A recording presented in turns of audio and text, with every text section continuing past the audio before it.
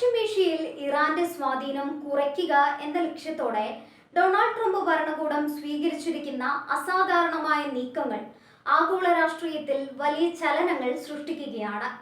ഇറാന്റെ പ്രധാന സഖ്യകക്ഷിയായ ഇറാഖിനെതിരെ സാമ്പത്തികവും സൈനികവുമായ സമ്മർദ്ദം ചെലുത്തുന്നതിലൂടെ മേഖലയിലെ സന്തുലിതാവസ്ഥ മാറ്റിയെഴുതാനാണ് വാഷിംഗ്ടൺ ശ്രമിക്കുന്നത്. ഇതിന്റെ ഭാഗമായി ഇറാഖിലേക്കുള്ള US ഡോളർ കൈമാറ്റം തടഞ്ഞുവെച്ചതും ബാഗ്ദാദുമായുള്ള സുരക്ഷാ സഹകരണങ്ങൾ മരവിപ്പിച്ചതും ഇരു രാജ്യങ്ങളും തമ്മിലുള്ള ബന്ധത്തിൽ വിള്ളൽ വീഴ്ത്തിയിരിക്കുകയാണ്. ഇറാഖിന്റെ എണ്ണ വിൽപ്പനയിലൂടെ ലഭിക്കുന്ന തുക അമേരിക്കയിലെ ഫെഡറൽ റിസർവിലാണ് സൂക്ഷിക്കുന്നത്. ഇതിൽ നിന്നും ഏകദേശം 500 ദശലക്ഷം ഡോളറോളം വരുന്ന തുകയാണ് അമേരിക്ക ഇപ്പോൾ തടഞ്ഞുവെച്ചിരിക്കുന്നത്. ഇറാഖിനെ സംബന്ധിച്ചിടത്തോളം ഈ തുക തടയപ്പെടുന്നത് രാജ്യത്തിന്റെ സാമ്പത്തിക അടിത്തറയെ തന്നെ ബാധിക്കുന്ന ഒന്നാണ്. ഡോളറിന്റെ ക്ഷാമം ഇറാഖിലെ വിപണിയിൽ വലിയ പ്രത്യാഘാതങ്ങൾ ഉണ്ടാക്കുമെന്നും ഇത് പണപ്പെരുപ്പത്തിന് കാരണമാകുമെന്നും സാമ്പത്തിക വിദഗ്ധർ വിലയിരുത്തുന്നു. ഇറാഖിന്റെ മണ്ണിൽ പ്രവർത്തിക്കുന്ന ഇറാൻ അനുകൂല സായുധ ഗ്രൂപ്പുകൾക്കെതിരെ കർശന നടപടി സ്വീകരിക്കണമെന്നാണ് അമേരിക്കയുടെ പ്രധാന ആവശ്യം. ഈ ഗ്രൂപ്പുകൾ ഇറാഖിന്റെ ഔദ്യോഗിക സംവിധാനങ്ങളെ മറികടന്ന് ഇറാനു വേണ്ടി പ്രവർത്തിക്കുന്നുവെന്നും അമേരിക്കൻ താൽപര്യങ്ങളെ തകർക്കാൻ ശ്രമിക്കുന്നുവെന്നും വാഷിംഗ്ടൺ ആരോപിക്കുന്നു. ഈ ഗ്രൂപ്പുകളെ അടിച്ചമർത്തുന്നതുവരെ ഇറാഖിനുള്ള സൈനിക സഹായം പുനഃസ്ഥാപിക്കില്ലെന്ന നിലപാടിലാണ് ട്രംപ് ഭരണകൂടം. അമേരിക്കയുടെ ഈ നീക്കം ഇറാഖ് സർക്കാരിനെ കടുത്ത പ്രതിസന്ധിയിലാക്കിയിരിക്കുകയാണ്. ഒരു വശത്ത് അമേരിക്കൻ സമ്മർദ്ദവും മറുവശത്ത് രാജ്യത്തിനുള്ളിലെ ഇറാൻ അനുകൂല ശക്തികളുടെ പ്രതിഷേധവും ഭരണകൂടത്തിന് നേരിടേണ്ടി വരുന്നു. ഇറാന്റെ സഖ്യകക്ഷികൾക്ക് മേൽ ഇത്തരത്തിൽ പിടിമുറുക്കുന്നത് വഴി ഇറാനെ ഒറ്റപ്പെടുത്താമെന്നാണ് അമേരിക്ക കരുതുന്നത്. ഇത് കേവലം ഒരു സാമ്പത്തിക ശിക്ഷയല്ല, മറിച്ച് കൃത്യമായ ലക്ഷ്യങ്ങളുള്ള ഒരു രാഷ്ട്രീയ തന്ത്രമാണ്. ഇറാഖിലെ സായുധ ഗ്രൂപ്പുകൾക്ക് ഇറാൻ ആയുധങ്ങളും മറ്റ് സഹായങ്ങളും കപ്പൽ മാർഗം എത്തിക്കുന്നുണ്ടെന്ന റിപ്പോർട്ടുകൾ പുറത്തു വന്നതോടെയാണ് അമേരിക്ക നിലപാട് കടുപ്പിച്ചത്. ഇത്തരം കപ്പൽ നീക്കങ്ങൾ ഉടൻ അവസാനിപ്പിക്കണമെന്ന് വാഷിംഗ്ടൺ മുന്നറിയിപ്പ് നൽകി. ഇത് ഇറാന്റെ പ്രതികാരത്തിന് കാരണമായേക്കുമെന്ന് രാഷ്ട്രീയ നിരീക്ഷകർ ഭയപ്പെടുന്നു. തങ്ങളുടെ സഖ്യകക്ഷികളെ ഉപദ്രവിക്കുന്നതിലൂടെ അമേരിക്കയെ നേരിട്ട് വെല്ലുവിളിക്കാനാണ് ഇറാൻ ശ്രമിക്കുന്നത്. ഇറാഖിലെ ബാങ്കിംഗ് മേഖലയും ഈ തീരുമാനത്തോടെ തകർച്ചയുടെ വക്കിലാണ്. ഡോളർ ലഭ്യത കുറയുന്നതോടെ അന്താരാഷ്ട്ര വ്യാപാരം തടസ്സപ്പെടുകയും ഇറാഖി ദിനാറിന്റെ മൂല്യം ഇടിയുകയും ചെയ്യും. സാധാരണക്കാരായ ജനങ്ങൾ ഇതിന്റെ കെടുതികൾ അനുഭവിക്കേണ്ടി വരും. ഭക്ഷണ സാധനങ്ങളുടെയും മരുന്നുകളുടെയും വില വർദ്ധിക്കുന്നത് വലിയൊരു ജനകീയ പ്രക്ഷോഭത്തിന് വഴിവെച്ചേക്കാം. ട്രംപ് ഭരണകൂടം ഈ സാഹചര്യം മുന്നിൽ കണ്ടുകൊണ്ടാണ് നീങ്ങുന്നത്. സുരക്ഷാ സഹകരണം മരവിപ്പിച്ചത് ഐസിസ് പോലുള്ള ഭീകര സംഘടനകൾക്ക് വീണ്ടും തലപൊക്കാൻ അവസരമൊരുക്കുമെന്ന് ചിലർ ഭയപ്പെടുന്നു. ഇറാഖി സൈന്യത്തിന് അമേരിക്ക നൽകി വരുന്ന പരിശീലനവും രഹസ്യാന്വേഷണ വിവരങ്ങളും നിലയ്ക്കുന്നത് രാജ്യത്തിന്റെ ആഭ്യന്തര സുരക്ഷയെ ബാധിക്കും. എന്നാൽ ഇറാൻ അനുകൂല ശക്തികളെ പുറത്താക്കാതെ ഈ സഹകരണം തുടരുന്നതിൽ അർത്ഥമില്ലെന്നാണ് വൈറ്റ് ഹൗസിന്റെ നിലപാട്. വാഷിംഗ്ടണിന്റെ ഈ നീക്കം ഇറാഖിനെ ഇറാന്റെ പാളയത്തിലേക്ക് കൂടുതൽ അടുപ്പിക്കുമോ അതോ അമേരിക്കയുടെ നിബന്ധനകൾ അംഗീകരിക്കാൻ അവരെ പ്രേരിപ്പിക്കുമോ എന്നത് കണ്ടറിയണം. ഇറാഖ് പ്രധാനമന്ത്രിക്ക് മുന്നിലുള്ളത് വളരെ ദുഷ്കരമായ പാതയാണ്. രാജ്യത്തിന്റെ സമ്പദ് വ്യവസ്ഥയെ രക്ഷിക്കാൻ അമേരിക്കയെ അനുസരിക്കേണ്ടി വരുമ്പോൾ തന്നെ ആഭ്യന്തര രാഷ്ട്രീയത്തിൽ സമാധാനം നിലനിർത്താൻ ഇറാനുമായും നല്ല ബന്ധം തുടരേണ്ടതുണ്ട്. ട്രംപിന്റെ വിദേശ നയം എപ്പോഴും അമേരിക്ക ഫസ്റ്റ് എന്ന തത്വത്തിലാണ് അധിഷ്ഠിതമായിരിക്കുന്നത്. തങ്ങളുടെ പണം ഉപയോഗിച്ച് ശത്രു രാജ്യങ്ങളെ സഹായിക്കുന്ന സാഹചര്യം അനുവദിക്കില്ലെന്ന് അദ്ദേഹം നേരത്തെയും വ്യക്തമാക്കിയിട്ടുണ്ട്. ഇറാഖിലേക്കുള്ള ഡോളർ പ്രവാഹം തടഞ്ഞത് ഈ നയത്തിന്റെ ഭാഗമാണ്. ഇത് മേഖലയിലെ മറ്റു സഖ്യകക്ഷികൾക്കും ഒരു മുന്നറിയിപ്പാണ്. അമേരിക്കൻ താൽപര്യങ്ങൾ സംരക്ഷിക്കാത്തവർക്കുള്ള ശിക്ഷാ നടപടിയായിട്ടാണ് അവർ ഇതിനെ കാണുന്നത്. ഇറാന്റെ ഭാഗത്തു നിന്ന് കടുത്ത പ്രതികരണം ഉണ്ടാകുമെന്ന് തന്നെയാണ് പ്രതീക്ഷ. തങ്ങളുടെ സഖ്യകക്ഷികളെ അമേരിക്ക ഇത്തരത്തിൽ സമ്മർദ്ദത്തിലാക്കുമ്പോൾ ഇറാൻ നിശബ്ദമായിരിക്കില്ല. സൈബർ ആക്രമണങ്ങളോ ഗൾഫ് മേഖലയിലെ മറ്റ് അമേരിക്കൻ താവളങ്ങൾക്ക് നേരെയുള്ള നീക്കങ്ങളോ പ്രതികാരമായി ഉണ്ടായേക്കാം. പശ്ചിമേഷ്യൻ രാഷ്ട്രീയത്തിൽ കരിനിഴൽ വീഴ്ത്തുന്ന ഒരു സാഹചര്യമാണിത്. ഇറാഖിന്റെ സാധാരണ ജനങ്ങൾക്കിടയിൽ അമേരിക്കൻ വിരുദ്ധ വികാരം വർദ്ധിക്കാൻ ഈ തീരുമാനം കാരണമായേക്കാം. സാമ്പത്തിക ഉപരോധങ്ങൾ എപ്പോഴും ഭരണകൂടത്തെക്കാൾ ഉപരിയായി ജനങ്ങളെയാണ് ബാധിക്കാറുള്ളത്. ഇറാഖിന്റെ എണ്ണപ്പണം അവർക്ക് നൽകാതെ തടഞ്ഞു വെക്കുന്നത് ഒരു വലിയ അനീതിയായിട്ടാണ് അവിടുത്തെ ജനങ്ങളും കാണുന്നത്. ഇത് ഉപയോഗപ്പെടുത്തി ഇറാൻ തങ്ങളുടെ സ്വാധീനം കൂടുതൽ ഉറപ്പിക്കാൻ ശ്രമിച്ചേക്കും. നയതന്ത്ര ലോകത്ത് അമേരിക്കയുടെ ഈ നീക്കം വളരെ അസാധാരണം എന്നാണ് വിശേഷിക്കപ്പെടുന്നത്.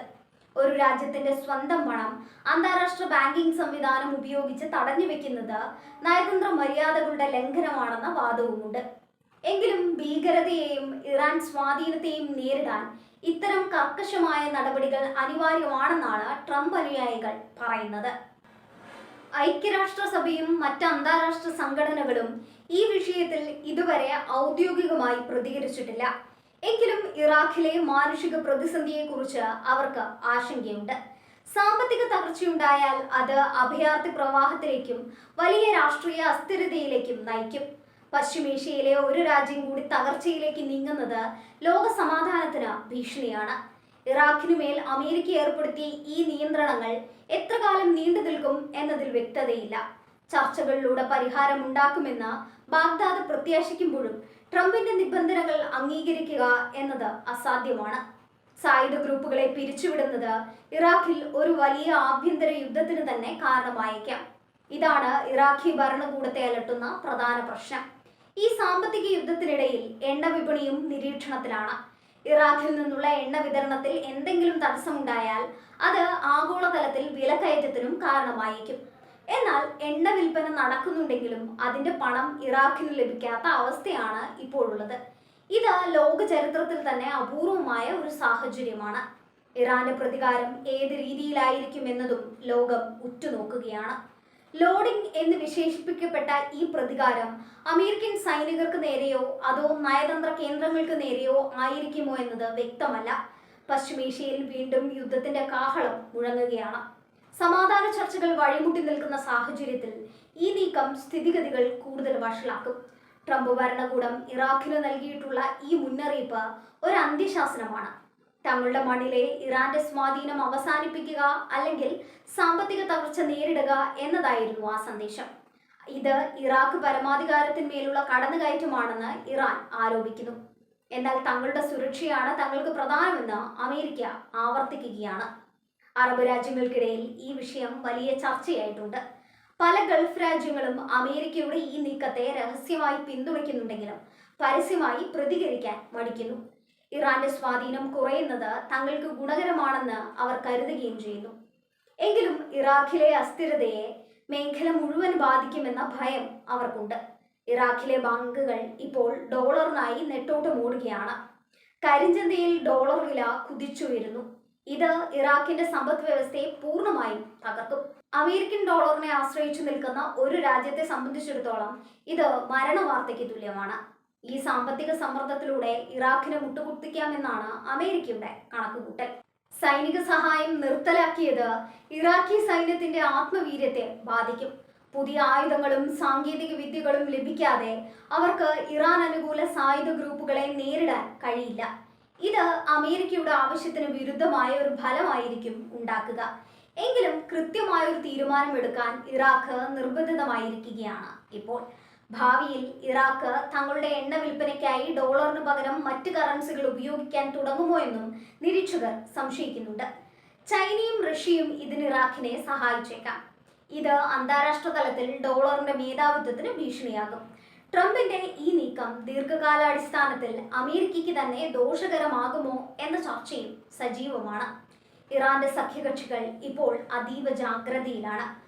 അമേരിക്ക അടുത്തതായി തങ്ങൾക്ക് നേരെ തിരിയുമോ എന്ന ഭയവും അവർക്കുണ്ട്. പശ്ചിമേഷ്യയിലെ ചീട്ടുകൊട്ടാരം പോലെ നിൽക്കുന്ന രാഷ്ട്രീയ സമവാക്യങ്ങൾ ഏത് നിമിഷവും തകരാം.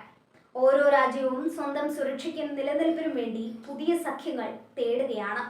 അഷ്കലോണിലെ രഹസ്യങ്ങൾ മുതൽ ഹോർമൂസ് കടലിടുക്കിലെ സംഘർഷം വരെ നീളുന്ന ഈ ചാരയുദ്ധത്തിന്റെ മറ്റൊരു അധ്യായമാണ് ഇറാഖിൽ ഇപ്പോൾ നടന്നുകൊണ്ടിരിക്കുന്നത്. സത്യവും മിഥ്യയും തിരിച്ചറിയാൻ പ്രയാസമുള്ള ഒരു വലിയ ലോകത്ത് ചാരന്മാരും സൈനികരും രാഷ്ട്രീയക്കാരും സ്വന്തം കരുത്ത് തെളിയിക്കാൻ ശ്രമിക്കുകയാണ്. ഇതിനിടയിൽ ഇല്ലാതാകുന്നത് സാധാരണ മനുഷ്യരുടെ സമാധാനമാണ്. പശ്ചിമേഷ്യയിലെ ഈ സംഘർഷം അവസാനിക്കണമെങ്കിൽ ഒരു വലിയ നയതന്ത്ര വിജയം ആവശ്യമാണ്.